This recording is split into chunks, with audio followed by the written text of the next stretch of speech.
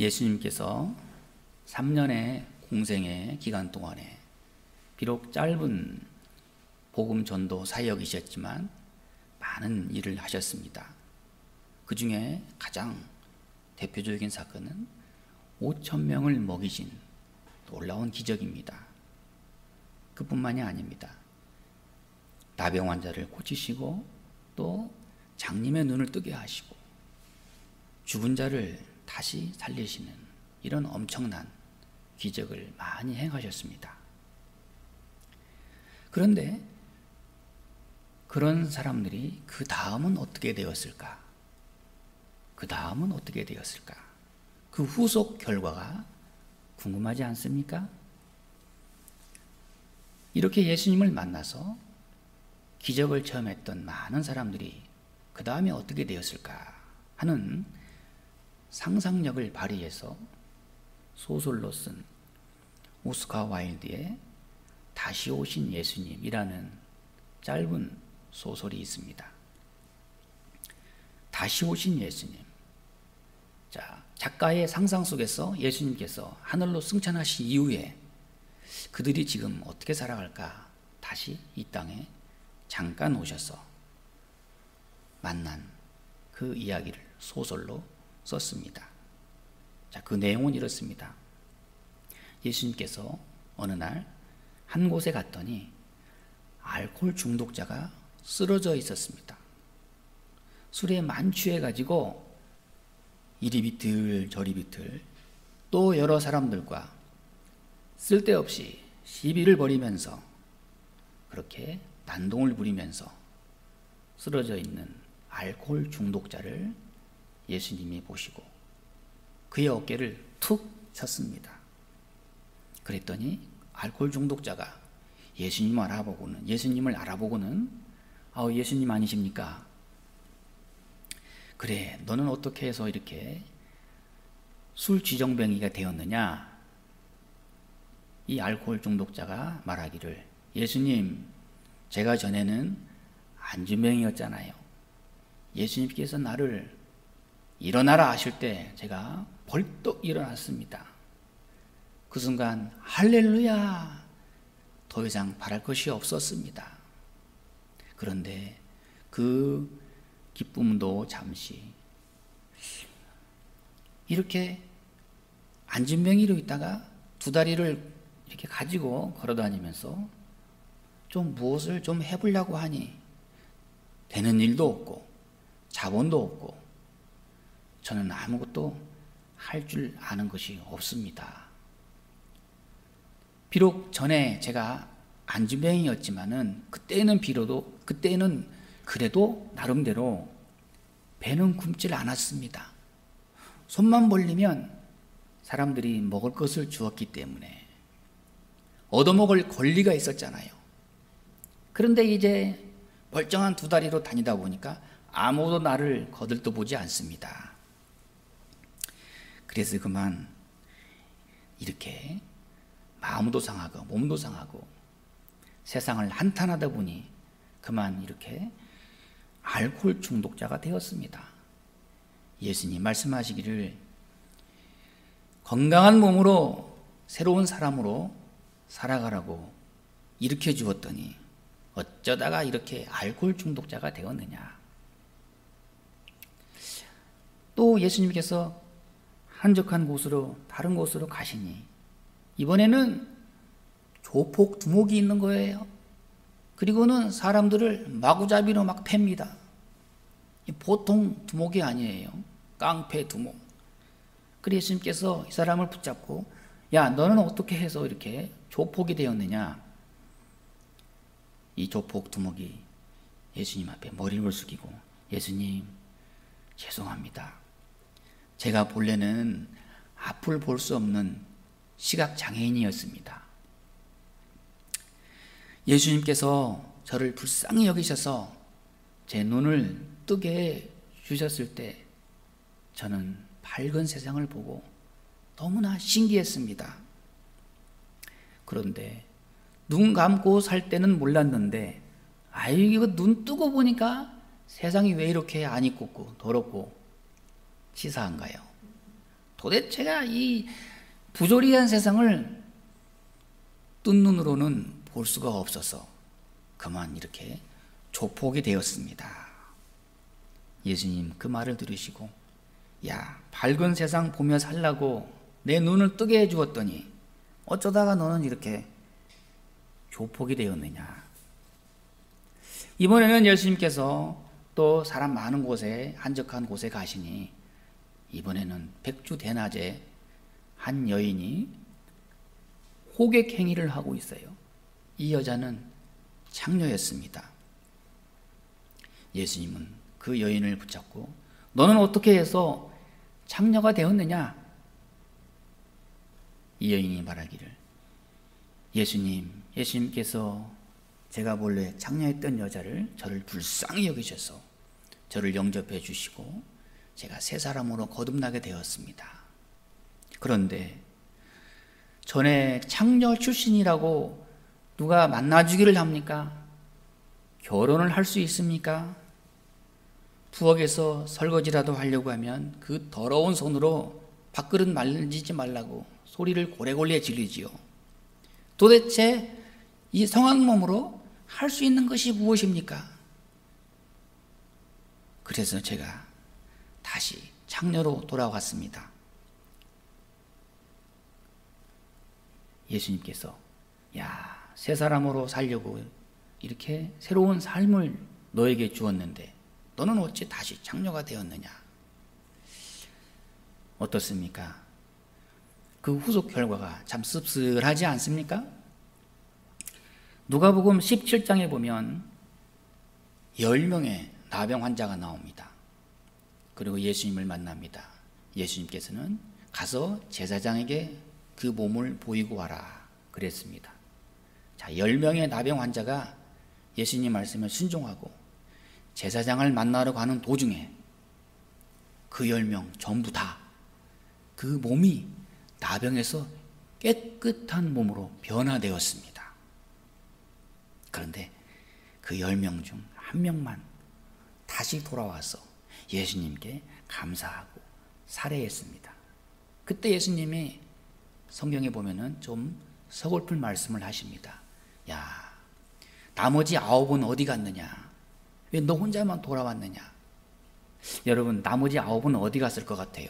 틀림없이 친구들이랑 같이 방탕하고 있었을 것입니다. 사람들의 반응이 다 수준이 이렇습니다. 자, 예수님 앞에 나와서 떡을 얻어먹던 그 5,000명의 많은 사람들, 지금은 다 어디 갔을까? 오늘 본문 말씀에 이 모든 이야기를 종합해서 한마디로 말씀해 주십니다. 66절 말씀에 그때부터 그 제자 중 많은 사람이 다 떠나가고 다시 그와 함께 다니지 아니하더라. 한 절 더 내려가면 예수님은 더 서글픈 말씀을 하십니다. 예수께서 12 제자에게 이르시되 너희도 가려느냐? 얼마나 안타까운 말씀입니까? 자, 3년 동안 예수님과 동고동락했습니다. 그런데 많은 사람들 따르긴 했지만은 오늘 보니까 다 떠나갔습니다. 그리고 12밖에 안 되는 예수님의 제자들에게도 예수님이 말씀하십니다. 너희도 떠나려느냐? 이 많은 사람들 따르긴 했는데 왜 떠났을까? 예수님을 왜 등졌을까? 자, 예수님을 따르긴 했습니다. 예수님 앞에 뭔가 얻으려고 많이 몰려들기는 했지만은 진정한 믿음이 아니었더라고요. 예수님 덕분에 무엇인가 좀 얻으려고, 무엇인가 좀 이득을 보려고 다 자기 중심, 내 욕망, 내 욕심, 내 성공, 내 출세, 물질, 거기에다가 초점을 맞추고 예수님을 따르다 보니 실족할 수밖에 없고 예수님을 떠나더라. 그 많은 사람들, 그 많은 날 동안 예수님과 함께 하면서 기적을 보았지요. 예수님의 말씀을 들었지요. 그렇지만 믿지는 않았습니다. 예수님을 친정으로 따르기에는 그 마음이 너무 연약한 믿음이었습니다. 자, 마태복음 16장 24절 말씀에 우리가 잘 아는 말씀이죠. 예수님 말씀하시기를 나를 따라오려거든 첫째는 자기를 부인하고 두 번째는 자기 십자가를 지고 세 번째는 그리고 나를 따를 것이니라. 이 세 가지 전제 조건이 있어야만이 예수님의 참 제자가 되고 예수님을 진정으로 믿는 사람이다 하는 말씀입니다. 자, 오늘 본문을 보게 되면 예수님을 따르던 이 많은 사람들을 분석해 보면, 정리해 보면 세 가지 반응으로 나타납니다. 첫째는 변절의 반응입니다. 자, 예수님께 등을 돌리고 더는 함께 하지 않는 사람들이 많았다. 그들은 한때 예수님을 추종했습니다. 따랐습니다. 그런데 지금은 다 떠나버렸습니다. 예수님의 인기가 하늘을 치솟을 만큼 절정에 이를 때 많은 사람들은 너나 없이 예수님을 따랐습니다. 그런데 예수님께서 좀 어려운 말씀을 하시니까 오늘 우리가 말씀 읽었지요? 내 살을 먹고 내 피를 마시는 자는 내 안에 거하고 나도 그의 안에 거하나니. 이건 정말 이해하기 어렵도다. 문자적으로 해석한다면 예수님은 우리가 먹어야 된다는 건가? 무슨 말씀을 하시는 건가? 또 그 다음에 말씀에도 보면 63절 말씀에 살리는 것은 영이니 육은 무익하니라. 자, 예수님 말씀은 영적이어야만이 나를 진정으로 따르는 것이다. 그러면서 예수님은 자꾸 좀 불길한 쪽으로, 자꾸만 더 어두운 쪽으로 말씀을 하십니다. 내가 이제 십자가를 져야 되겠다.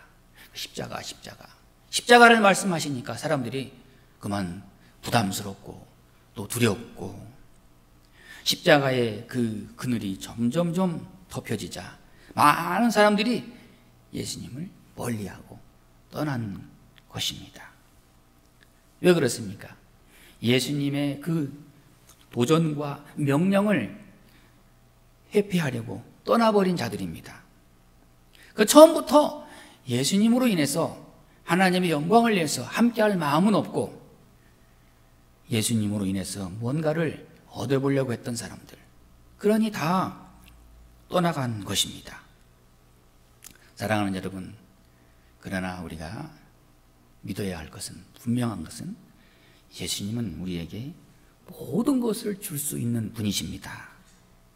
자, 우리 예수님 한 분만 우리가 제대로 믿고 우리의 주인으로, 마음의 주인으로 모시고 또 영원토록 변함없이 우리가 예수님만 따를 수만 있다면 세상 모든 것을 다 주어도 비교할 수 없을 만큼 우리는 만족할 수 있습니다.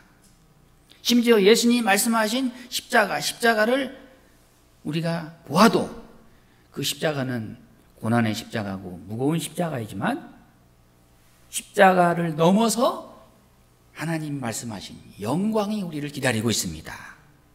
그런데 거기까지만 바라보기 때문에 십자가 너머에 있는 영광을 맛보지 못하고 이렇게 변절하는 사람들이 많이 있음을 보게 됩니다. 두 번째 사람은 가룟 유다 형입니다.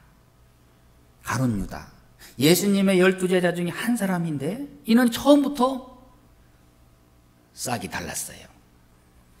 이 사람이야말로 정말 예수님을 이용해서 자기의 이득을 취해보려고 하는 그런 목적과 수단이 전혀 다른 제자였습니다. 그는 악의 대명사가 되었습니다. 가룟 유다 하면 배신의 대명사이잖아요. 그는 어쩌면 정말 길이 영원토록 후세에 남을 예수님의 위대한 제자가 될 뻔했는데 그만 배신과 수치의 대명사가 되고 말았습니다. 이런 타락의 구렁텅이에 빠져서 그만 떠내려가는 사람들이 현대사회에도 얼마나 많습니까? 여러분, 최후의 만찬이라는 그림을 보았지요.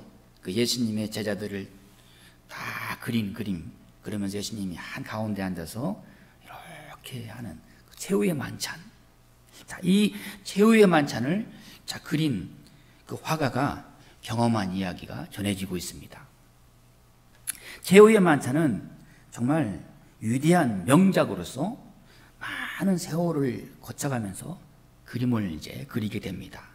이 화가는 먼저 예수님의 모델을 내가 찾아야 되겠다.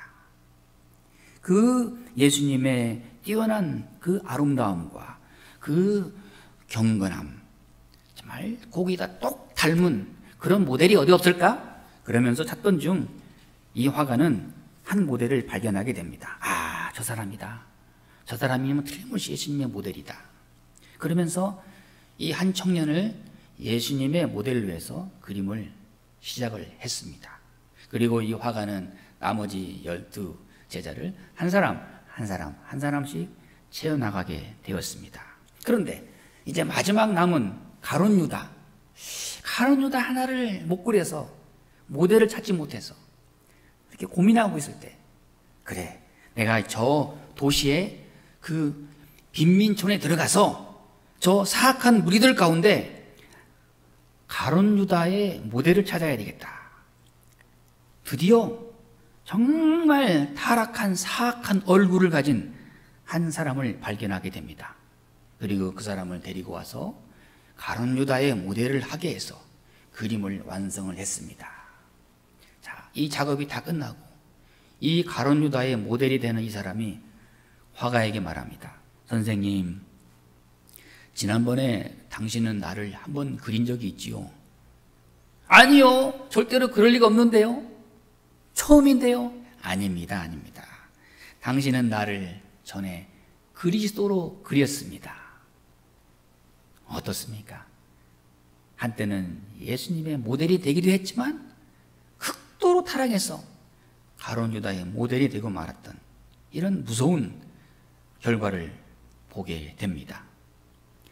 그렇기 때문에 우리는 항상 예수님 앞에서 하나님, 나를 불쌍히 여기소서, 나를 궁일히 여기소서, 늘 하나님께 우리가 기도할 수 있어야만 합니다. 그리고 난 다음에 세 번째 반응이 있습니다. 베드로의 반응입니다. 자, 먼저는 베드로가 예수님께 아주 긍정적으로, 신앙적으로, 적극적으로 반응합니다. 자, 먼저는 복음을 들었습니다. 그리고 믿었습니다. 그리고 구원에 대한 확신이 있습니다. 그리고 여기에 베드로는 확실히 아멘으로 화답했습니다. 자, 우리가 하나님 말씀을 듣습니다. 듣는 것으로만 끝나면 안 됩니다. 아, 이 말씀은 내게 주신 생명의 양식이구나. 오늘 나와 함께 하시는 주님의 음성이구나. 오늘 나를 위하여 하나님 말씀하시는구나. 이런 마음에 반응이 있어야 됩니다. 이것이 바로 믿음으로 하는 응답입니다. 자, 베드로는 이와 같이 믿음으로 반응하고 또 응답했습니다. 오늘 본문의 말씀에 예수님께서는 5,000명을 먹이신 그 기적을 행하신 이후에 이제 이 기적을 놓고 이것은 생명의 떡이요, 또 내가 주는 물은 생명의 피요, 내 몸을, 내 피를, 내 살을 먹는 자만이 진정한 하나님의 자녀가 된다, 그 말씀하십니다. 그랬더니 많은 사람들이 이 말씀은 어렵도다, 누가 들을 수 있느냐? 그리고 예수님은 제자들을 보시면서 너희도 떠나가려느냐? 그리고 예수님은 수제자인 베드로를 보십니다. 그때 베드로가 여기서 예수님의 마음을 만족해 합니다. 예수님의 마음에 위로가 되는 정답을 얘기합니다.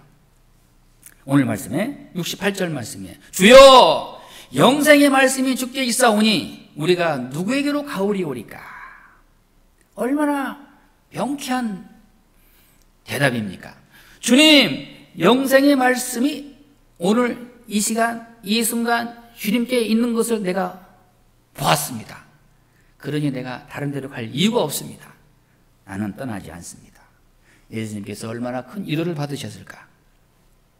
자, 베드로의 이 신앙 고백, 어떤 고백입니까? 적극적인 신앙 고백입니다. 사람들은 많은 기적을 바라고 또 어떤 물질적인 것을 바라고 자기의 얻을 이득을 바라고 예수님을 따르다 보니 점점 시간이 갈수록 얻는 건 없고 가만히 보니까 손해보는 것만 많은 것 같아요. 그러다 보니까 점점 믿음도 식어지고 소극적인 사람으로 변해가는 것을 많이 봅니다. 사랑하는 여러분, 우리가 주님을 따르고 하나님을 따름에 있어서 날마다 승승장구하면 얼마나 좋겠어요. 그러나 때로는 어려움도 있고 실패도 있고 고난도 있지만 그런다고 포기하면 안 됩니다. 그럴수록 더욱더 적극적으로 전진하는 우리 믿는 사람이 되어야 할 것입니다. 중도에 포기하거나 중도에 다시 쉬어버리면 안 되는 거예요. 어렵더라도 끝까지 가는 것이 믿음입니다. 거기에 영생이 걸린 문제이기 때문입니다. 사느냐 죽느냐 이것보다 더 중요한 문제는 없잖아요. 내 영혼이 영생을 얻느냐 아니면 영혼이 멸망으로 가느냐. 엄청난 이런 중요한 기로에 서서 흐지부지하고 소극적으로 가다 보면 그렇게 예수님을 떠나가는 사람들이 돼버리고 맙니다. 자, 오늘 우리는 베드로의 신앙 고백을 듣습니다. 베드로는 두 번의 신앙 고백을 하게 됩니다. 첫 번째는 마태복음 16장에서 예수님은 제자에게 묻습니다. 베드로에게 묻습니다. 너희는 나를 누구라 하느냐? 첫 번째 베드로의 대답은 주는 그리스도시요 살아계신 하나님의 아들이시니이다. 예수님께서 맞다. 성령 하나님이 내게 정답을 주셨구나. 그러면서 베드로를 높여주시고 칭찬하십니다. 그 신앙 고백에 내 교회를 세우리라. 그러면서 내게 천국 열쇠를 주리라. 놀라운 축복이잖아요. 어떤 축복입니까? 천국 열쇠를 내 손에 주노라. 여러분, 열쇠 어떻습니까? 열쇠가 있어야 들어가죠. 자, 베드로는 이렇게 신앙 고백 한번 정말 잘해서 예수님께로부터 큰 칭찬을 받아서 좋긴 했는데 베드로가 그 순간 그만 마음이 우쭐해서 또 시험에 빠집니다. 예수님은 베드로의 그 마음 중심을 아셨습니다. 베드로가 아직도 세속적인 욕망으로 꽉 차서 이런 아주 세속적인 메시아 하나님의 나라를 꿈꾸고 있는 것을 예수님이 아시고 베드로야 내가 이제 십자가를 져야 되겠다.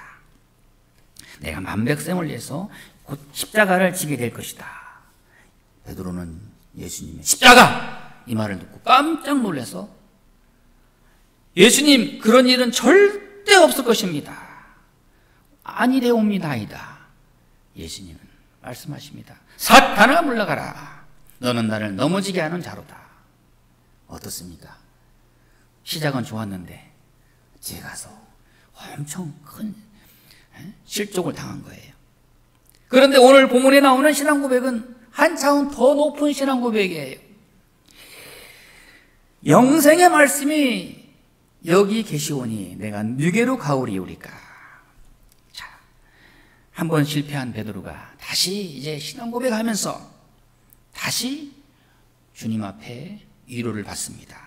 영생의 말씀, 이것이 오늘 본문의 중심이고 핵심입니다. 영생의 말씀, 능력의 말씀, 구원의 말씀, 이거 하나면 만족합니다. 나는 더 이상 바랄 것이 없습니다.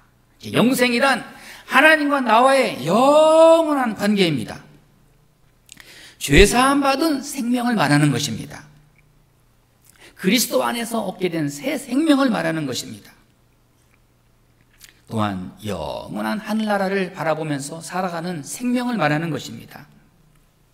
구원에 대한 확신을 가지고 오늘 또 이 세상에서 그리스도 안에서 살아가는 사람, 바로 영생을 가진 사람들입니다. 영생의 말씀이 주께 있사오니, 이제 예수님 앞에 베드로는 이 말씀에 대해서 고백을 하면서 이 영생의 말씀을 이제 예수님께로부터 나는 보았습니다. 나는 확신합니다. 그리고 그 말씀 앞에 오늘 여기 내가 있습니다. 여러분, 말씀, 어떤 말씀인가? 영생의 말씀. 우리 예수님께서 이 땅에 오셔서 말씀이 우리 사람의 몸으로 오셔서 우리와 함께 하시고 또한 기적과 능력을 베푸셔서 하나님이 우리로 하여금 영원토록 천국을 향하도록 길을 열어 놓으셨습니다. 말씀에는 영생의 능력이 있습니다. 말씀에는 우리에게 놀라운 위로와 축복과 하나님의 함께 하심이 있습니다. 그것이 영생의 말씀입니다. 영생의 말씀을 듣기만 하면, 영생의 말씀을 따르기만 하면, 영생의 말씀을 우리가 믿고 의지하기만 하면 세상에 대한 어떤 염려와 근심과 걱정을 다 이길 수가 있습니다. 영생에 대한 확실한 말씀을 우리 마음속에 다시 한번 새롭게 다짐할 수 있기를 바랍니다. 영생의 말씀,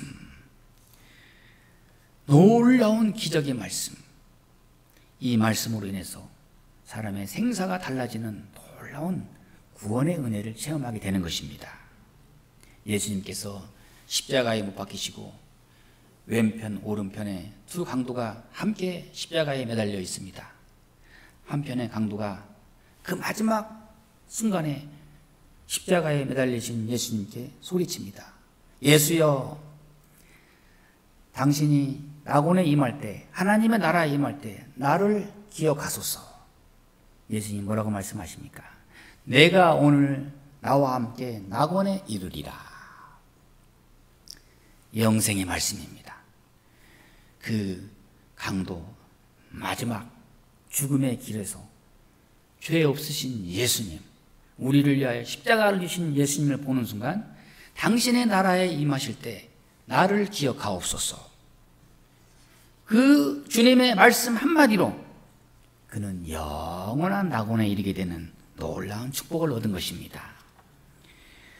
여러분, 오늘 또 이 엄청난 영생의 말씀이 우리 안에 있습니다. 우리 앞에 있습니다. 오늘 우리와 항상 함께하고 있습니다. 예수님이 말씀하시기를 마태복음 28장 20절에 볼지어다 내가 세상 끝날까지 너희와 항상 함께 있으리라. 이 영생의 말씀을 믿고 의지하고 날마다 고백할 때 하나님의 약속하신 영생의 축복을 우리가 다 함께 누릴 수 있습니다. 기도하겠습니다.